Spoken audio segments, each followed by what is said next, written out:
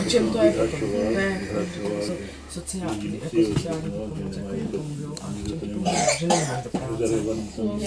Není to. Já třeba se zdržím někde ve městě a nepřijdu tak, jak moje dcera, tak si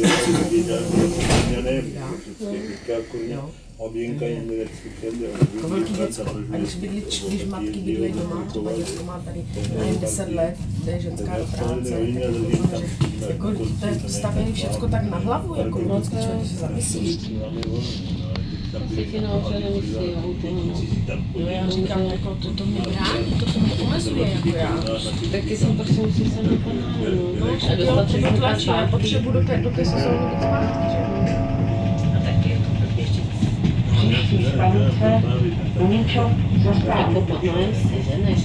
A tady jde o ty kauce. Je to moc. Ale všude to není. Teďka jo, právě. Akorát teď třeba jako té kauce, že tam dáš 2měsíční nájem, tak třeba když je tady 8 000, tak musíš dát 16 000.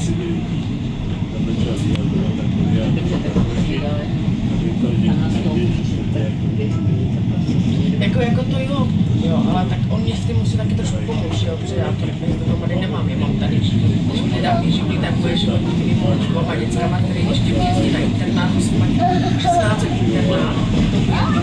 Jo, takže já beru 4,6, co to je? Teď mladá mi jezdí do 4 do školy, že?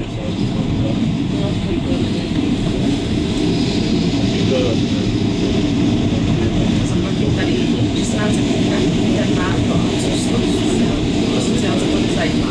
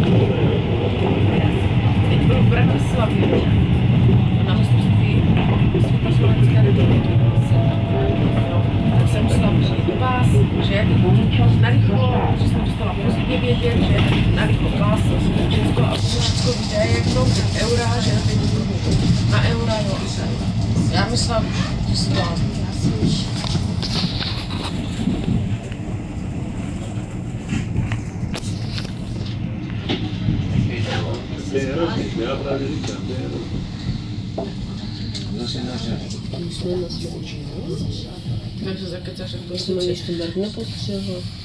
Že kde máš ten Berg? Aha, jak se bylo. Ty bogo. Jsem myslela, že jsme měli zónu. Tak teď nevím, kdo něco pil, jestli ty nebo já. Teda nic. Jsi po noční nebo co? No, já jsem po směně teda. No. Po 2 dnách, no. Prosím. Já vlastně v noci a ráno hned. Ahoj. Štenberka. Jeden s holkama. Já, no právě tam já to tak kolem 11, já jsem si ve vlaku, já jsem byl v nemocnici, já jedu na nemocnici. Tak jak je to vím dneska, já budu od 11 už budu doma. Já jsem ho musela buzerovat jako bohužel. Kolik je teďka? No, já budu doma určitě, po 11. nebo po 11. Já? Jo, pak to těžko dělá. Říkám, no, ještě když ho zhodíš před okolím. No, já jsem si ho vzala potom na hodinovku, třeba všechno v práci, protože byla se kontrolovat. A on to dělal špatně. Já vím. Byla tam jeden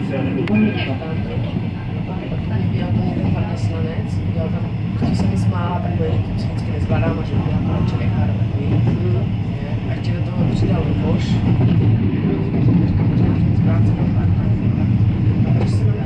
Říkám, ty mě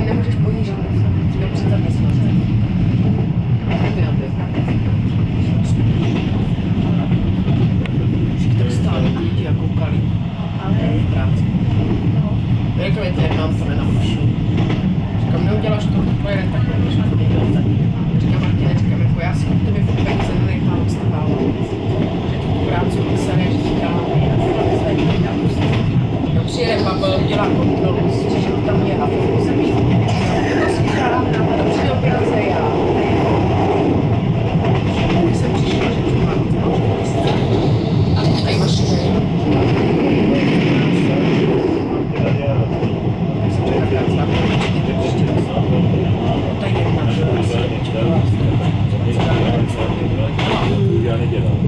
mají tam takového samce, mají taky dělku, mají taky vlastně hledat.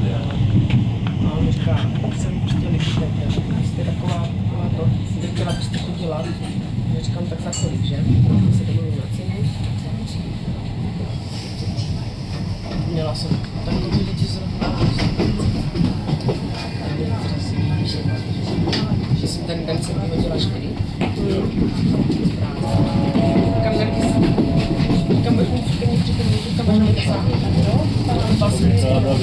kam je spousta lidí, co čekají tam na vrátnici a práci. Kam z basenu. Klidně.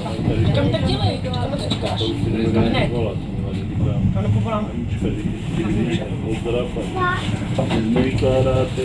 Pak nám to nerozbít ruku, že? To tam rozpláčí. To vaše nebojte zachránit. No, já si se chrání.